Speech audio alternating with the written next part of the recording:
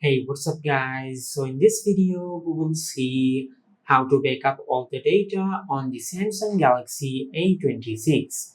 Now to do that, just open the settings app on your smartphone. From here, just scroll down and tap on accounts and backup.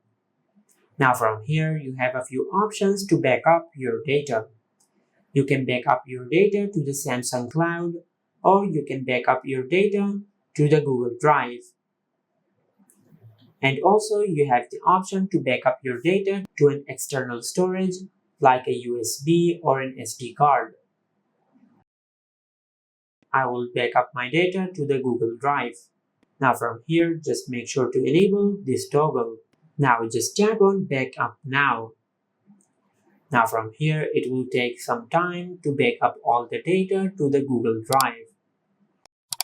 And this is how you can backup all the data on the Samsung Galaxy A26.